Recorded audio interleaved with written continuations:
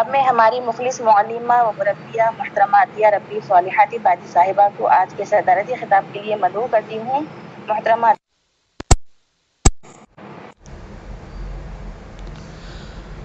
اعوذ باللہ من الشیطان الرجیم، بسم اللہ الرحمن الرحیم۔ رب اشرح لی صدری ویسر لی امری واحلل عقدۃ من لسانی یفقہوا قولی۔ رب زدنی علما وارزقنی فہما والحقنی بالصالحین۔ اللہم ارنا الحق حقا وارزقنا اتباعہ وارنا الباطل باطلا وارزقنا اجتنابہ۔ راہ حق کی مخلص ساتھیوں اور سفر عظیم کی پیاری بہنوں، السلام علیکم ورحمۃ اللہ وبرکاتہ۔ قال اللہ تعالی فی القرآن المجید والفرقان الحمید، قل بفضل اللہ وبرحمتہ فبذلک فلیفرحوا ھو خیر مما یجمعون۔ اللہ تعالیٰ سورہ یونس میں فرماتے ہیں، اے نبی صلی اللہ علیہ وسلم، آپ مومنوں سے کہہ دیجئے کہ یہ قرآن کی جو نعمت ہے، جو بعثت نبوی کے ذریعے ان لوگوں کو ملی ہے، یہ سب اللہ کے فضل اور رحمت کی وجہ سے ہے۔ تو مومنوں کو چاہیے کہ وہ اس چیز پر خوش ہوں، اور یہ چیز ان تمام چیزوں سے بہتر ہے جس کو وہ جمع کرتے ہیں۔ بہت ہی عزیز ساتھیوں، سب سے پہلے آپ کو جو ہے خوش ہو جانا چاہیے، اور آپ ان عظیم ہستیوں میں سے ہیں جن کو اللہ تعالیٰ نے چن لیا ہے، کیونکہ آپ نے بار بار یہ حدیث سنی ہوگی، خیرکم من تعلم القرآن وعلمہ، تم میں بہتر وہ ہے جو قرآن کو سیکھے اور سکھائے۔ تو خیر جو ہے عربی زبان کے اعتبار سے یہ ٹاپ لیول کا صیغہ ورڈ ہے یہ۔ تو اس میں جو ہے سب سے یعنی کہ انسانوں کی سب سے ہائیسٹ ڈگری اس میں شامل ہو جاتی ہے کہ اللہ کے نزدیک ایکسیلنٹ لوگ کون ہیں، ٹاپ لیول کے لوگ کون ہیں، اور اللہ کے مقرب اور خاص اور جن پر اللہ کی خصوصی نظر کرم ہوتی ہے وہ کون ہیں، وہ ہیں جو قرآن کو سیکھتے اور سکھاتے ہیں۔ تو اس لحاظ سے جو عظیم سفر سے آپ گزر کر آئی ہیں، اس میں جو ہے سیکھنے والے اور سکھانے والے دونوں اسی سفر میں موجود تھے اور ہیں، اور آگے بھی رہیں گے۔ وہ کیسے رہیں گے اور ہم کو رہنا بھی ہے، اس سلسلے میں ہی ہم کو یہ جو ہے ڈسکس کرنا ہے کہ ہم اس سفر میں مسلسل کیسے جو ہے شامل رہیں، خیر کی کیٹیگری میں، ایکسیلنٹ کی کیٹیگری میں، اللہ کے ٹاپ لیول میں ہم کیسے شامل رہیں، یہی ہم کو سیکھنا ہے۔ اور آپ خوش ہو جائیے، اللہ کے آپ ان مخصوص بندوں میں سے ہیں، جتنا اللہ کا شکر کیا جائے کم ہے، کیونکہ ابھی جو میں نے آیت پڑھی اس میں یہی کہا گیا ہے کہ اللہ کی رحمت اور فضل جس کو ہم دعاؤں میں مانگتے ہیں، تڑپ کر مانگتے ہیں، رمضان میں ایک دوسرے کو اس چیز کی دعا دے رہے ہیں اور خود اپنے لیے بھی مانگ رہے ہیں کہ اللہ ہمیں اپنے فضل اور رحمت سے نواز۔ تو فضل اور رحمت کیا ہے، ہم کو جاننا ہوگا کہ فضل اور رحمت کیا ہے۔ تو اس آیت میں بتا دیا گیا کہ فضل اور رحمت صرف اور صرف یہ قرآن ہے جو بعثت نبوی کے ذریعے دیا گیا ہے۔ اب اس فضل اور رحمت میں ہم کیسے شامل ہوں گے، یہ ہم کو جو ہے جاننا ہے اور اسی سے مسلسل جڑے رہنا ہے، صرف رمضان ہی میں نہیں بلکہ رمضان کے بعد بھی۔ تو آپ دیکھیے، صرف قرآن ہی میں نہیں، بے شمار جگہ اللہ تعالیٰ نے جو ہے صرف قرآن ہی میں نہیں فرمایا، بلکہ اللہ کے رسول صلی اللہ علیہ وسلم نے بھی بہت زیادہ جو ہے فضیلتیں فرمائی ہیں ان لوگوں کی جو قرآن سے جڑ جاتے ہیں۔ اور ایسا کیوں نہ ہو، اس لیے کہ قرآن جس زندگی میں اتر جائے وہ زندگی کتنی خوبصورت اور حسین اور خوشنما ہو جاتی ہے، کتنی پرفیکٹ ہو جاتی ہے۔ صرف انسان کا پرفیکٹ ہونا اسی بنیاد پر ہے، کیونکہ ابھی آیت میں ہم نے دیکھا کہ جو کچھ بھی ہم جمع کرتے ہیں، چاہے وہ بینک بیلنس ہو، چاہے وہ زمین جائیداد ہو، سونا چاندی ہو، کسی بھی قسم کی جو ہے وہ ہمارے پاس چیزیں ہوں یا ہماری اپنی اولادیں ہوں، یہ تمام چیزیں سیکنڈری لیول میں آتی ہیں۔ سب سے بڑی چیز جو اللہ تعالیٰ نے فضل میں شامل کی اور اپنی رحمت میں شامل کی وہ قرآن کی نعمت ہے۔ تو آخر ایسا کیوں ہے؟ تو اتنی بڑی اللہ تعالیٰ نے دی ہے تو اس کو ہمیں کیا کرنا چاہیے؟ کیا خالی ہم تلاوت کر لینے سے ہم جو ہے اس میں آ جائیں گے؟ کیا خالی سماعت قرآن سن لینے سے، افہام و تفہیم کی کلاسز اٹینڈ کر لینے سے خالی یہ ہو جائے گا؟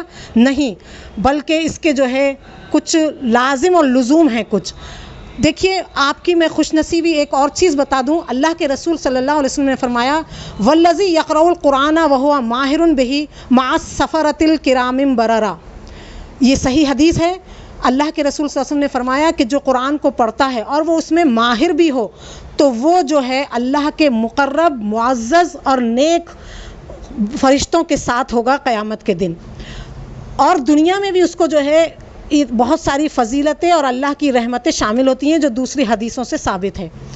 دیکھیے یہاں پر اس حدیث میں ماہر کا لفظ آیا، تو ماہر کا مطلب صرف قرآن کو سن لینا یا سمجھ لینا یا کلاس اٹینڈ کر لینا قرآن کی یا گرامر سیکھ لینا نہیں ہے، بلکہ یہ تمام چیزوں کے ساتھ ساتھ ماہر ہونے کا مطلب یہ ہے کہ ہم قرآن کو اپنی زندگی میں اتاریں۔ تو کیسے اتاریں؟ بہت سارے لوگ جو ہے متقی بننا چاہتے ہیں اور بہت سارے لوگ قرآن کو اپنی زندگی میں اتارنا چاہتے ہیں، لیکن سمجھ میں نہیں آتا ہے کہ قرآن کو اپنی زندگی میں کیسے اتاریں۔ تو آج ہم ہم ماہر کے بہت ساری کیٹیگری میں شامل ہیں۔ ہم تجوید سیکھتے ہیں، تجوید کے ساتھ پڑھتے ہیں، ہم جو ہے قرآن فہمی کے کلاسز اٹینڈ کرتے ہیں، ہم گرامر سیکھتے ہیں، تفہیم سنتے ہیں تو وغیرہ، لیکن ماہر بننے کے لیے ایک جو سب سے ٹاپ ڈگری ہے وہ جو ہے اس کو جو ہے اپنی زندگی میں لانا ہے۔ تو زندگی میں لانے کا طریقہ کیا ہوگا، ہم وہ اس کو جو ہے سیکھیں گے۔ اس سے پہلے میں آپ کی اور اہمیت بتا دوں کہ جس سفر سے آپ گزر کر آئی ہیں اور جس سفر میں آپ شامل ہیں، ہم اور آپ شامل ہیں، اس کے بارے میں اللہ کے رسول صلی اللہ علیہ وسلم نے مزید فرمایا، یوتا یوم القیامت بالقرآن واہلہ الذین کانوا یعملون بہ فی الدنیا۔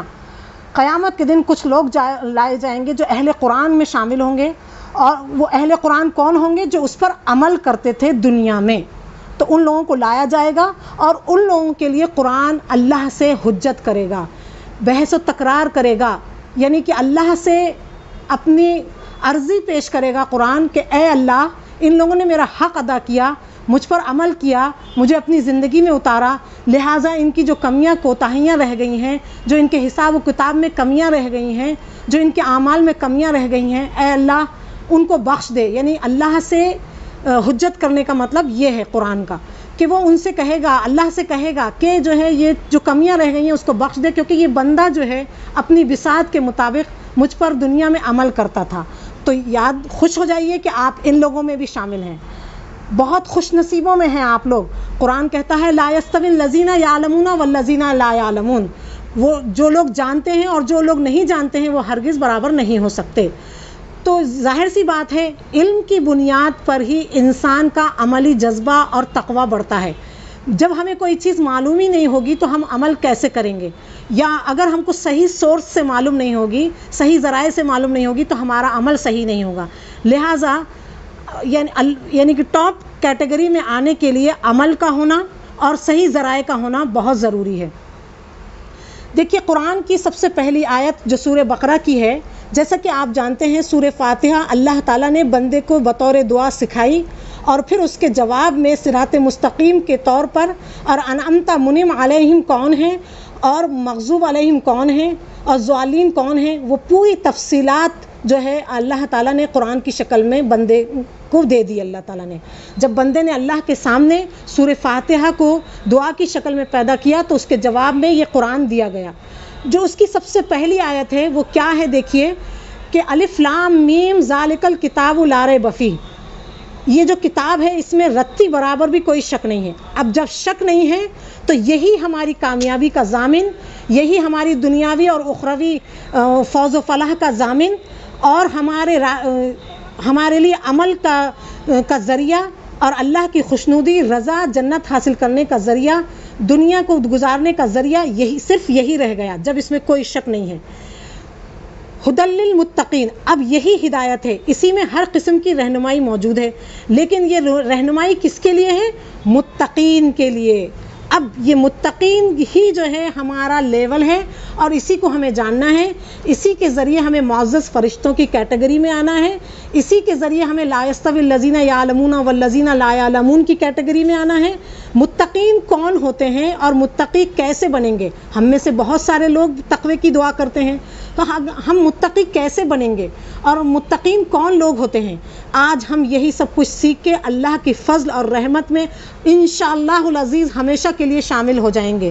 تو دیکھیے متقین کس کو کہتے ہیں اور تقوی کی اہمیت کیا ہے، ان تمام چیزوں کے بارے میں، تقوی کے بارے میں ہم بہت ساری چیزیں جانیں گے۔ دیکھیے تقوی کی اہمیت کیا ہے. اللہ تعالیٰ نے قرآن مجید میں فرمایا سارعوا الی مغفرۃ من ربکم وجنۃ عرضها السماوات والارض اعدت للمتقین. دوڑو اس مغفرت کی طرف، دوڑو مغفرت کی طرف اپنے رب کی جانب سے، اور جنت کی طرف جس کی چوڑائی آسمانوں اور زمینوں کے برابر ہے، جو متقین کے لیے تیار کی گئی ہے. تو ہم تقوی کی اہمیت کیا ہے، ہمیں تقوی کیوں حاصل کرنا ہے؟ ہمیں تقوی اس لیے حاصل کرنا ہے کہ ہمیں وہ جنت اور مغفرت حاصل کرنا ہے جو متقین کے لیے تیار کی گئی ہے. تو ابھی میں آپ کو بتا رہی ہوں کہ یہ ہمیں تقوی کیوں، متقی کیوں بننا ہے، پھر اس کے بعد بتاؤں گی کہ متقی کیسے بنیں گے. تو پہلی میں نے یہ آیت بتائی کہ متقی ہمیں اس لیے بننا ہے کہ ہمیں اللہ کی مغفرت اور وسیع و عریض جنت کو حاصل کرنا ہے. دوسری دیکھیے اللہ تعالیٰ نے دوسری جگہ فرمایا ان اکرمکم عند اللہ اتقاکم. تم میں اللہ کے نزدیک معزز، قابل شرف اور قابل رشک صرف وہی ہے جو تم میں متقی ہے. اب متقی اللہ کے نزدیک عزت کا معیار جو ہے کوئی یعنی کہ اولادوں کا ہونا، بینک بیلنس کا ہونا، علم کا بہت زیادہ ہونا، یہ تمام چیزیں جو ہے لیول، انسان کی بڑائی کا لیول ہے یہ نیک اولاد کا ہونا اور جو ہے مال کا ہونا، اور پھر جو ہے بندہ اس کو اللہ کی راہ میں صحیح طریقے سے خرچ کرے، اور جو ہے علم کا ہونا، یہ اپنی جگہ ہے. لیکن اللہ کے نزدیک سب سے معزز کون ہے، قابل شرف کون ہے، بزرگ کون ہے، عزت کے قابل کون ہے؟ وہ ہے جو تم میں متقی ہیں. پھر اللہ تعالیٰ نے فرمایا الا ان اولیاء اللہ لا خوف علیہم ولا هم يحزنون الذین آمنوا وکانوا یتقون. آگاہ ہو جاؤ، بے شک اللہ کے دوست وہ ہیں، اللہ کے دوست ان پر نہ کوئی خوف ہے نہ کوئی رنج ہے. اور کون ہیں وہ لوگ؟ وہ ہیں جو لوگ ایمان لائے اور تقوی اختیار کرتے ہیں. تو لہٰذا ہمیں جو ہے اللہ کے دوست بننے کے لیے، ولی بننے کے لیے اور بے خوف ہونے کے لیے، خوف اور رنج سے باہر آنے کے لیے، ماضی کے خوف اور مستقبل کے ماضی کے رنج و غم اور مستقبل کے خوف سے باہر آنے کے لیے ہمیں کیا کرنا ہے؟ تقوی حاصل کرنا ہے. تو تقوی کی اتنی زیادہ اہمیت ہے. اور پھر اللہ تعالیٰ نے فرمایا وَمَن يَتَّقِ اللَّهَ يَجْعَلْ لَهُ مَخْرَجًا وَيَرْزُقْهُ مِنْ حَيْثُ لَا يَحْتَسِبُ. ہم میں سے ہر ایک روزی کی کشادگی کے لیے دعا کرتا ہے، وسائل و ذرائع کے لیے دعا کرتا ہے. تو وسائل و ذرائع، روزی کی کشادگی، عزت، اولاد اور تمام چیزیں جو اس کیٹیگری میں آتی ہیں، جو رزق کی کیٹیگری میں آتی ہیں، تو وہ جو ہے کیسے ملیں گی؟ وہ تقوی سے ملیں گی. تو یہ تقوی کی اہمیت ہو گئی. اب تقوی حاصل کیسے ہوگا؟ تقوی کیسے حاصل ہوگا؟ تو دیکھیے اللہ تعالیٰ نے فرمایا وَأَن لَيْسَ لِلْإِنسَانِ إِلَّا مَا سَعَى. انسان کے لیے وہی ہے جس کی اس نے کوشش کی. اور حدیث شریف میں ہے وَمَن يَسْتَعْفِفْ يُعَفِّهُ اللَّهُ.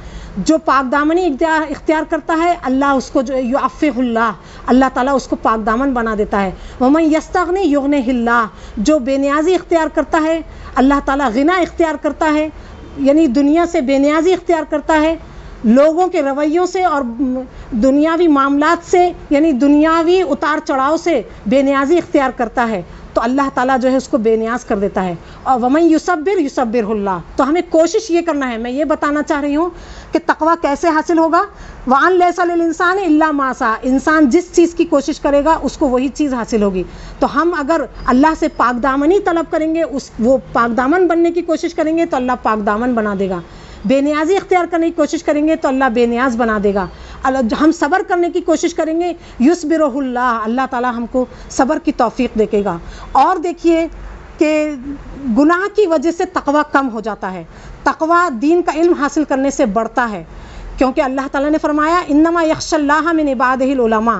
اللہ تعالیٰ سے اس کے علماء بندے ہی ڈرتے ہیں. جب ہمیں نالج ہوگی، علم ہوگا، تو ہی پھر جو ہے ہم علم حاصل کرنے کی وجہ سے اللہ یہ چیز مجھے معلوم ہے، اس چیز سے اللہ ناراض ہوتا ہے، یہ چیز اختیار کرنے سے ناراض ہوتا ہے، یہ چیز چھوڑ دینے سے اللہ ناراض ہوتا ہے، تو میں ان چیزوں کا خیال رکھوں گی. اور ایک چیز تقوی کیسے حاصل ہوتا ہے؟ فذکر فإن الذکر تنفع المؤمنین. یاد دہانی کراتے رہنے سے جو ہے تقوی حاصل ہوتا ہے، کیونکہ مومنین کو جو ہے یاد دہانی فائدہ پہنچاتی ہے. جیسے کہ مسلسل 1 مہینے سے ہم عفاف و تفہیم کا کام کر رہے تھے، یاد دہانی کر رہے تھے، سیکھ رہے تھے اور سکھا رہے تھے، تو یہ جو ہے ہمارے ایمان کے لیول کو بڑھانے کا ذریعہ ہے. اور ایک چیز جو تقوی میں اضافہ کرتی ہے فَإِنَّ الْجَلِيسَ الصَّالِحُ وَالْجَلِيسُ السُّوءُ کا فرق، یعنی کہ نیک صحبت اور بد صحبت کا سے بچنا اور نیک صحبت اختیار کرنا، یہ جو ہے ہمارے تقوی میں اضافہ کرتا ہے. اور نفس کے خلاف جہاد کرنے سے بھی جو ہے تقوی میں جو ہے اضافہ ہوتا ہے. اور آخرت کا مقام دنیا کے مقابلے میں سمجھنے سے ہمارے تقوی میں اضافہ ہوتا ہے. وَمَا الْحَيَاةُ الدُّنْيَا إِلَّا لَعِبٌ وَلَهْوٌ وَلَلدَّارُ الْآخِرَةُ خَيْرٌ لِلَّذِينَ، یعنی کہ دنیاوی زندگی صرف کھیل و کود ہے، اور جو آخرت کی زندگی اختیار کرتے ہیں وہی لوگ اللہ کے نزدیک بہتر ہیں. تو اب اس کے علاوہ کیا ہے، اب ہمیں یہ جو ہے یہ چیزیں لانا کیسا ہے. دیکھیے جیسے ہی ہماری زندگی میں کوئی بھی معاملہ پیش آتا ہے، اب قرآن سے ہم گزر رہے ہیں، قرآن کو ہم اپنا دوست بنائیں، قرآن کے ساتھ ہم زندگی کا سفر گزاریں، قرآن کے ذریعے ہم رشتوں کو نبھائیں، قرآن کے ذریعے ہم معاملات کو نبھائیں. میرے ساتھ کسی نے کوئی چیز بری کی، اب اللہ تعالیٰ فرماتا ہے مجھے غصہ آیا، فوراً مجھے، یہ کب ہوگا یہ سب چیزیں؟ جب ہم علم سے جڑیں گے، قرآن سے جڑیں گے، قرآن کی تعلیم حاصل کریں گے. ہمارے ذہن میں، رگ اور ریشے میں، ہمارے خون میں قرآن دوڑنا چاہیے کہ جو بھی چھوٹی سے چھوٹی، بڑی سے بڑی بات آ جائے، بس مجھے فوراً قرآن کی آیت اور حدیث شریف یاد آ جائے کہ میرے رب نے میری اس سلسلے میں رہنمائی فرمائی ہے. اس سوچ کا غالب رہنا اور لمحہ بلمحہ، ایک ایک سیکنڈ اسی کے ساتھ زندگی گزارنا، یہ جو ہے شروع میں تھوڑا مشکل ہوگا، لیکن جب عادت بن جائے تو ایسی لذت اور ایسی مزہ اور ایسی خوشی، جس کو ابھی میں نے قرآن کی آیت میں پڑھا تھا فَلْيَفْرَحُوا، خوشی جو ہے دولت، مال، اسباب اور دنیا کی کسی چیز سے حاصل نہیں ہو سکتی. خوشی کی کیفیت کا تعلق دل سے ہے، اور دل کی جو کیفیت ہے وہ صرف قرآن کی ہی کو اپنے اندر جمع کرنے، اس پر عمل کرنے، اس کے مطابق زندگی گزارنے سے ہی ہم فَلْيَفْرَحُوا کی کیٹیگری میں آ سکتے ہیں.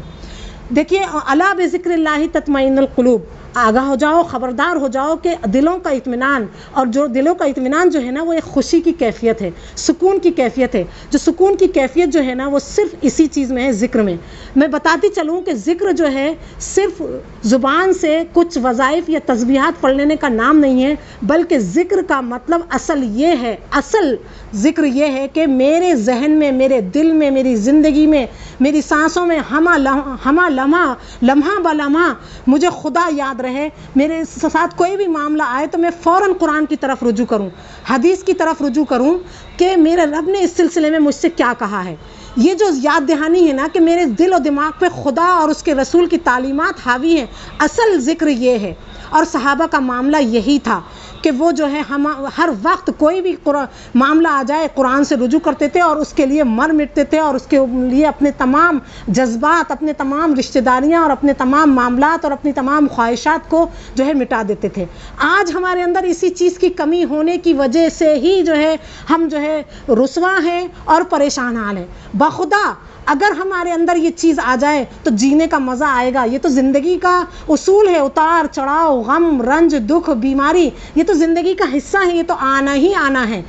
یہ یعنی کہ اگر یہ نہ ہو تو زندگی، ہم اللہ کا قرب کیسے حاصل کریں گے، اور ہم جو ہے اللہ کی طرف رجوع کیسے ہوں گے؟ یہ سب تو زندگی کے حصے ہیں. لیکن یہ جب زندگی میں یہ تمام چیزیں آئیں، چاہے کسی بھی قسم کی خوشی آ جائے، غم آ جائے، کوئی بھی معاملہ آ جائے، شادی بیاہ کا معاملہ ہو، پیدائش کا معاملہ ہو، موت کا معاملہ ہو، لین دین کا معاملہ ہو، کاروبار کا معاملہ ہو، اولاد کا معاملہ ہو، کسی بھی چیز کا معاملہ ہو، ہمیں پہلے لمحے میں جو خیال آنا چاہیے کہ قرآن کیا کہتا ہے اس سلسلے میں. جب یہ سوچ ہماری بن جائے گی تو ہم متقین کی اعلیٰ کیٹیگری میں شامل ہو جائیں گے. اور اسی کو جو ہے اللہ تعالیٰ نے فرمایا ہدی للمتقین، یہ ہدایت ہے، یہ رہنمائی ہے متقین کے لیے. تو تقوی کی کیٹیگری ہم اپنی جو ہے ٹاپ لیول پہ کیسے لے جا سکتے ہیں؟ ہم اپنے آپ کو ہمہ وقت قرآن سے جوڑے رکھیں، اللہ سے جوڑے رکھیں، اللہ کو اپنے دل میں بسائے رکھیں، اللہ کو ہمہ وقت اپنی زندگی میں انوالو رکھیں. زندگی کے ہر معاملے میں اللہ کو انوالو رکھیں. میرا رب مجھ سے کیا چاہتا ہے؟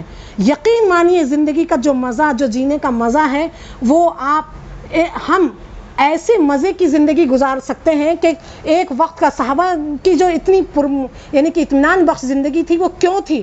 یعنی کہ پھٹے ہوئے پیون زدہ کپڑے، سلی ہوئی جوتیاں، معمولی سے چھپڑ کے گھر اور چٹائی پہ سونا اور وسائل زندگی کم سے کم تر، لیکن کیا کانفیڈنس لیول تھا ان لوگوں کا، کیا ایمانی لیول تھا. وہ نجاشی کے دربار میں جا کے امام جعفر رضی اللہ تعالیٰ عنہ نے کیسے جو ہے اپنا رویہ اختیار کیا کہ لوگوں نے جو ان کو کی آمد پر جو سجا کے رکھا تھا کہ وہ امپریس ہو کے باز آ جائیں گے، لیکن انہوں نے جو ہے ان کا رویہ کیا تھا کہ وہ لوگ حیرت میں رہ گئے کہ پھٹے حالوں اور ایسی زندگی گزارنے والے کیا کانفیڈنس لیول ہے.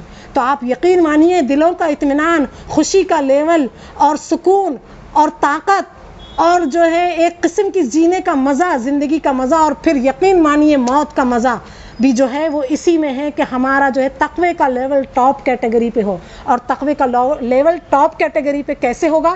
وہ صرف ایسے ہی ہوگا کہ میری زندگی میں، میری رگ میں، میرے خون میں، میرے دل میں میرا رب بس جائے، ہمارا رب بس جائے. میری زندگی کی، اب میں آپ کو تھوڑی سی جو ہے طریقہ بتاتی ہوں. کسی نے مجھ سے کچھ کہا، ظاہر سی بات ہے وہ انسان، اللہ تعالیٰ نے ایک جذبہ رکھا ہے، غصہ آیا، لیکن فوراً مجھے جو ہے میری رہنمائی، میری سوچ جو چلتی رہتی ہے، تو جب میری عادت بن جائے گی تو میری ذہن فوراً جائے گا قرآن کی طرف. من کظم غیظا وہو قادر، یہ حدیث ہے. اور آیت ہے کہ والکاظمین الغیظ والعافین عن الناس واللہ یحب المحسنین، جو غصے کو پی جاتے ہیں اور لوگوں سے درگزر کرتے ہیں، اللہ تعالیٰ ایسے نیکوکاروں کو پسند کرتا ہے. بس اب مجھے کیا چاہیے؟ بدلہ لے کے مجھے وہ سکون، وہ خوشی نہیں ملے گی جو مجھے معاف کر کے، غصہ پی کے، کیونکہ مجھے اللہ اپنے رب کے محسنین بندوں میں شامل ہونا ہے. یہ ایک رہنمائی مل گئی. پھر اللہ تعالیٰ نے فرمایا قل ان کنتم تحبون اللہ فاتبعونی یحببکم اللہ. اے محمد صلی اللہ علیہ وسلم کہہ دیجئے کہ اگر تم اللہ سے محبت کرتے ہو تو پھر تم میری اتباع کرو. ہم چاہتے ہیں کہ میرا رب مجھ سے محبت کرے.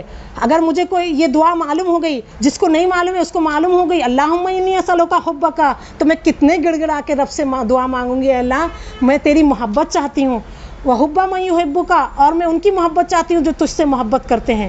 والعمل الذی یبلغنی حبک، اور میں اس عمل کی محبت چاہتی ہوں جو مجھے تجھ تک پہنچا دے. تو میں اللہ کتنی پیاری دعا ہے، میں تیری محبت چاہتی ہوں، تیرے ان بندوں کی محبت چاہتی ہوں تو تجھ سے محبت کرتے ہیں، ایسے عمل کی محبت چاہتی ہوں. تو صرف الفاظ کی ادائیگی سے نہیں ہوتا ہے. میری بہنوں، صحابہ کی زندگی اٹھا کے دیکھ لیجئے، وہ ان کا معمول کیا تھا؟ ڈٹ جاتے تھے، ٹھہر جاتے تھے، اس کو اپنی زندگی کا جب تک حصہ نہیں بناتے تھے، اس چیز کو اپنے سے دور ہونے نہیں دیتے تھے، محو ہونے نہیں دیتے تھے. تو اب اگر میں اللہ کی محبت چاہتی ہوں، اور یقیناً ہم چاہتے ہیں، تو پھر ہمیں کیا کرنا ہے کہ فتبعونی. اللہ کے رسول صلی اللہ علیہ وسلم نے فرمایا، اللہ تعالیٰ نے فرمایا اے نبی کہہ دیجئے کہ وہ آپ کی اتباع کرے. تو اب اللہ کی اتباع، اللہ کے رسول صلی اللہ علیہ وسلم کی اتباع کرنے کے لیے من و عن زندگی کے معاملات میں اللہ کے رسول صلی اللہ علیہ وسلم نے خوشی، غم، اولاد، ہر معاملے میں جو بھی فرمایا، ہم اس طرف جو ہے رجوع کریں اور وہی چیز کو اختیار کریں. اس کو جو ہے اتباع کہتے ہیں. پھر دیکھیے، اب کسی نے میرے ساتھ کوئی برا معاملہ کر دیا، تو اب معاملات پیش آئے تو معاملات کو کیسے کرنا ہے؟ فوراً میرے ذہن اس طرف جائے، ادفع باللتی ہی احسن، دفاع کرو، معاملے کو ڈیل کرو اس طریقے سے جو بہتر ہے. یعنی کہ جو ہے ورس طریقے سے نہیں بلکہ ٹاپ طریقے سے ڈیل کرو معاملے کو. تو ٹاپ طریقہ کیا ہے؟ ادفع باللتی ہی احسن. ٹاپ طریقہ کیا ہے؟ وہ ہمیں ٹاپ طریقوں کو پھر قرآن سے اور حدیث سے رجوع ہونا پڑے گا. اب دیکھیے، اور مطلب میں اس وقت میرے ذہن میں جو آیتیں آ رہی ہیں میں بتا رہی ہوں، ورنہ قرآن کا سفر جو ہے نا، آپ یقین مانیے اتنا قرآن سفر جو ہے اتنا لذیذ سفر ہے، اتنا مزے کا سفر ہے، اتنا سکون کا سفر ہے، اتنا پاورفل سفر ہے کہ جس سفر کو جینے میں، حالانکہ سفر کے کیا ہے میں صعوبتیں ہوتی ہیں، سفر میں کیا ہے تکلیفیں ہوتی ہیں، لیکن یہ قرآن کا جو سفر ہے نا، یہ لذتوں بھرا سفر ہے. اب دیکھیے، وہ ایک مزید اللہ تعالیٰ سے میں دعا کر کے بیٹھی تھی، اللہ اپنے بندوں تک جو پیغام آپ پہنچانا چاہتے ہیں میری زبان سے وہی جاری کیجیے. اب مزید دوسری آیت میرے ذہن میں یہ آئی، وَمَن يُوقَ شُحَّ نَفْسِهِ فَأُولَٰئِكَ هُمُ الْمُفْلِحُونَ. جو دل کی تنگی سے بچا لیا گیا وہی فلاح پانے والے ہیں. اب ہم میں سے ہر ایک فلاح کی کیٹیگری میں آنا چاہتا ہے، تو فلاح کی کیٹیگری میں آنے کے لیے، کامیاب ہونے کے لیے، فلاح ایسی کیٹیگری کو کہتے ہیں، ایسی کامیابی کو کہتے ہیں جو دنیا میں بھی کامیاب ہو انسان، کامیابی کے فہرست میں شمار ہو، اور آخرت میں اللہ کے نزدیک بھی کامیاب ہو، اور ہمیشگی کی کامیابی اس میں شامل ہے۔ تو اب جب آپ کو یہ معلوم ہو گیا، ہمیں یہ معلوم ہو گیا، تو ہماری یہ تڑپ ہوگی کہ اللہ میں بھی مفلحون میں سے ہو جاؤں۔ تو اب مفلحون میں سے ہونے کے لیے کیا بتایا فارمولا؟ وَمَن یوق شح نفسہ، جو دل کی تنگی سے بچا لیا گیا۔ تو دل کی تنگی کیا ہے؟ دیکھیے، صرف مال کا خرچ کر دینا ہی سخاوت نہیں ہے، دل کی تنگی کے اس سے باہر نہیں ہے، بلکہ جس انسان کو جس وقت جس چیز کی ضرورت ہے ہمارا وہ فراہم کرنا، یہ دل کی وسعت ہے، ورنہ ہم دل کے تنگ ہیں۔ اب میں ہاتھ سے پیسے تو خرچ کر دیتی ہوں، لیکن کسی کو 2 میٹھے بول کی ضرورت ہے تو میں اس میں میرے پاس اس میں فراوانی نہیں ہے۔ کسی کو جو ہے میری صحبت کی ضرورت ہے، میرے تھوڑے وقت کی ضرورت ہے، اگر میں اس کو وقت نہیں دیتی ہوں تو یہ میری دل کی تنگی ہے۔ میرے پاس کوئی فن ہے، اگر میں اس فن کو چھپا رہی ہوں تو یہ میری دل کی تنگی ہے۔ میرے پاس میرے رب کا جو کچھ بھی دیا ہوا ہے اس میں کسی بھی چیز میں سے اگر میں تھوڑا بھی جو ہے اپنے دل کو، میرا دل مجھے روکتا ہے تو یہ میرا دل تنگ ہے۔ تو مال کی سخاوت جو ہے صرف جو ہے دل کی وسعت نہیں ہے، بلکہ جس وقت جس انسان کو جس چیز کی ضرورت ہے وہ چیز فراہم کرنا، یہ دل کی وسعت ہے۔ مزید دیکھیے کہ اب ایک آیت اور میرے ذہن میں آئی، فَلَمَّا نَسُوا اللَّهَ فَأَنسَاهُمْ أَنفُسَهُمْ۔ اب یہ آیت پڑھتے ہی دل میرا لرز جانا چاہیے۔ یہ جو دل کا لرزنا اور ان آیتوں کی کیٹیگری میں شامل ہونا، یہ جو ہے نا، یہی اصل تقویٰ ہے۔ اور قرآن کو جو نازل کیا گیا وہ متقی بننے کے لیے ہی نازل کیا گیا۔ اب دیکھیے، فَلَمَّا نَسُوا اللَّهَ فَأَنسَاهُمْ أَنفُسَهُمْ، جو اللہ کو بھول جاتا ہے اللہ اس کو بھول جاتا ہے۔ تو دل دہل جانا چاہیے، رونگٹے کھڑے ہو جانا چاہیے، یا اللہ میں آپ کی طرف سے غافل ہو گیا تھا چند لمحوں کے لیے، میرے ساتھ زندگی کا یہ معاملہ پیش آیا تو میں جو ہے میں غفلت میں پڑ گئی تھی، میرا جذبہ غالب آ گیا تھا، میرے اولاد کی محبت غالب آ گئی تھی۔ تو پہلے تو ایسا ہونا نہیں چاہیے، اگر ایسا ہو گیا تو اللہ میں آپ کو بھول گئی تھی، آپ بھی مجھے بھول گئے۔ اگر اللہ جس کو بھول جائے تو اس سے بڑا کیا خسارہ ہے۔ اور دیکھیے، اب یہ جو میں آیتیں پڑھ رہی ہوں، تو مومن کی کیفیت کیا ہوتی ہے؟ اذا تلیت علیہم آیاتہ زادتہم ایمانا، جو یہ ایمان کا زیادہ ہونا ہے، یہ دراصل تقوی کے لیول کا بڑھنا ہی ہے۔ یہ اور پورا قرآن تقوی کے لیول کو بڑھانے کے لیے ہی ہے، اور متقین کے لیے ہی۔ ابھی جیسے میں نے شروع میں بتایا کہ تقوی ہمیں کیوں چاہیے، ہمیں تقوی اس لیے چاہیے کہ رب کا قرب اور رب کا جو ہے وسیع و عریض جنت حاصل کرنے کے لیے ہمیں تقوی چاہیے۔ اور دیکھیے، ایک آیت اور ذہن میں آئی، فَأَمَّا الزَّبَدُ فَيَذْهَبُ جُفْعًا، جھاگ جو ہوتا ہے نا، سورہ رعد میں اللہ تعالیٰ فرماتے ہیں جھاگ جو ہوتا ہے پانی میں بلبلے بن کے آتے ہیں اور مٹ جاتے ہیں۔ فَأَمَّا مَا يَنفَعُ النَّاسَ فَيَمْكُثُ فِي الْأَرْضِ، لیکن جو انسان کی جو نفع بخش چیز ہوتی ہے نا، وہ اپنا مقام بنا لیتی ہے۔ جیسے کہ زمین، جھاگ جو آتے ہیں وہ آتے ہیں اور مٹ جاتے ہیں، لیکن کوئی وزنی چیز، کوئی پتھر، کوئی ہیرا، کوئی موتی، کوئی وزنی چیز پانی میں ڈالی جائے تو وہ زمین کے گہرائی میں جا کے اپنا مقام بنا لیتی ہے۔ تو پھر اسی طریقے سے انسان جو زندگی میں، دنیا ایسے آتے ہیں اور آ کے ایسے ہی چلے جاتے ہیں، ان سے دنیا میں کوئی فائدہ نہیں ہے، انسانیت کو کوئی فائدہ نہیں ہے، دین سے ان کو کوئی فائدہ نہیں ہوا، اللہ سے ان کو کوئی فائدہ نہیں ہوا، اللہ کے دین کو اس سے کوئی فائدہ نہیں ہوا۔ تو پھر ایسے لوگ جھاگ کی طرح ہیں جو پیدا ہوئے اور چلے گئے، بلبلوں کی طرح ہیں جو بنے اور چند لمحوں میں پھوٹ گئے، چاہے کتنی بھی لمبی زندگی ہو۔ لیکن اس کے علاوہ وَأَمَّا مَا يَنفَعُ النَّاسَ فَيَمْكُثُ فِي الْأَرْضِ، لیکن جو لوگوں کو نفع پہنچانے والی چیزیں ہوتی ہیں وہ اپنا مقام بنا لیتی ہیں، دنیا میں بھی اور آخرت میں بھی۔ تو ہمیں اب یہ آیت مجھے کیا فائدہ دیتی ہے، میں اس کے ذریعے متقی کیسے بنوں، میں اپنے ایمان کا لیول کیسے بڑھاؤں، ایک ایک آیت کو لیتے جائیے، جانچتے جائیے، ایسے مزے کا سفر گزرے گا اور ایسے لذت محسوس ہوگی۔ بہت ساری آیتیں اور ذہن میں آ رہی ہیں، لیکن جو ہے وقت میں سمجھتی ہوں کہ دوسرے چیزوں کے لیے بھی ہے، اس لیے میں اپنی بات کی طرف ادھر آتی ہوں کہ روزہ جو ہے تقوی کے لیے اللہ تعالیٰ نے بنایا ہے۔ اگر ہمارے روزے کے ساتھ ہمارے تقوی کا لیول، اور یہی وجہ ہے کہ قرآن کا مہینہ ہے یہ، قرآن اور تقوی اور جو ہے روزہ، ان سب کا آپس میں بہت گہرا ربط ہے۔ روزہ رہ کر ہمارا جسم کو ہمیں کمزور کر کے، روح کو پاورفل کر کے، روح کو مزید قرآن کے ذریعے غذا دے کے، پاورفل کر کے، اس پہ عمل کر کے، اس کے اپنے پچھلے جو سال گزرا میں جن آیتوں پہ عمل نہیں کر سکی تھی، اب یہ سال کچھ آیتیں میری زندگی میں ایسی آنی چاہیے جس کو میں مضبوطی سے پکڑ کے ان پہ عمل کر گزروں۔ وہ سال بھر اس پہ عمل کرتی رہوں، پھر نیکسٹ سال آئے تو مزید نئی آیتیں. تو یہ قرآن کا سفر، قرآن کا مہینہ. میں ایک چیز اور بتا دوں کہ جو ہے دیکھیے، ایک حدیث آپ نے سنی ہوگی کہ انسان جو ہے قیامت کے دن آئے گا اس حال میں. نہیں، اللہ کے رسول صلی اللہ علیہ وسلم نے صحابہ سے پوچھا کیا تم جانتے ہو کہ میری امت کا فقیر اور خسارے والا کون ہے؟ او کما قال رسول اللہ صلی اللہ علیہ وسلم کے الفاظ اس طریقے سے تھے. تو صحابہ اکرام نے، میں پوری حدیث کی طرف نہیں جاتی ہوں، بہرحال صحابہ اکرام نے جو ہے مختلف چیزیں پیش کی کہ ہماری نظر میں غریب اور فقیر یہ ہے، یہ ہے، یہ ہے. لیکن آخر میں اللہ کے رسول صلی اللہ علیہ وسلم نے فرمایا نہیں، میری امت کا فقیر وہ ہے، میری امت کا خسارہ میں وہ ہے جو قیامت میں اس حال میں لایا جائے گا کہ اس نے نماز، روزے، صدقے، خیرات، امر بالمعروف، بہرحال اس نے جو ہے ہر قسم کی نیکیاں کی ہوں گی، لیکن ان نیکیوں کے ساتھ ساتھ اس نے کیا کیا ہوگا؟ کسی کا دل دکھایا ہوگا، کسی کا مال مارا ہوگا، کسی کی غیبت کی ہوگی، کسی کی چغلی کی ہوگی، کسی کا دل دکھایا ہوگا، مختلف قسم کے اس طریقے سے گناہ کیے ہوں گے.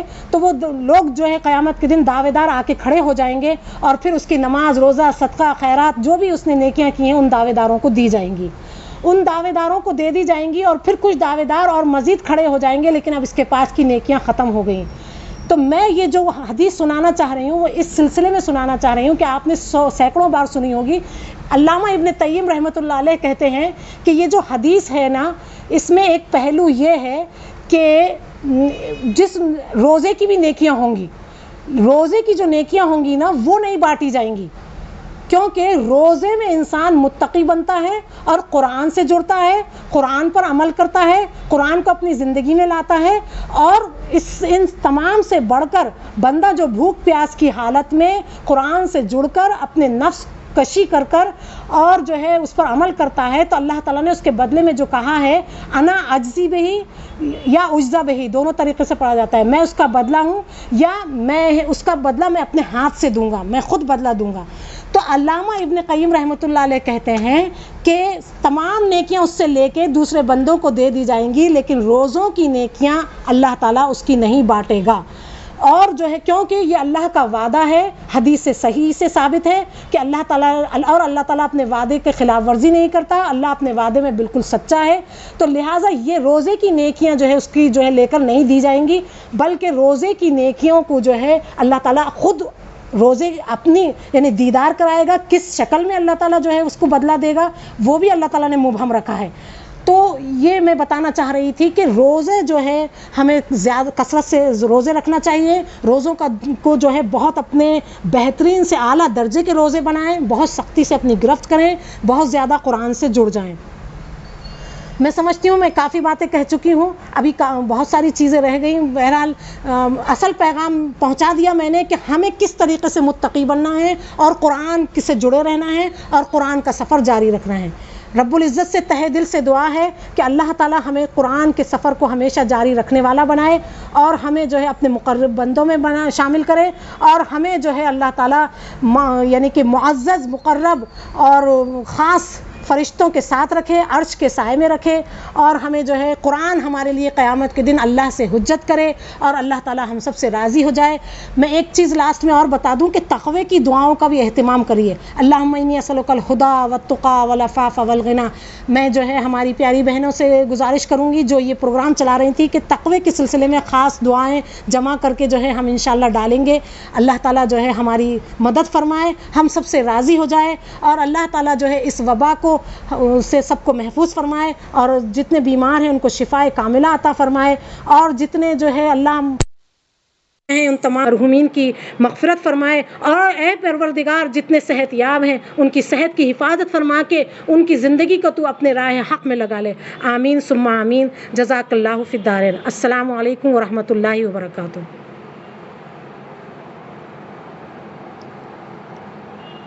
نرم دم گفتگو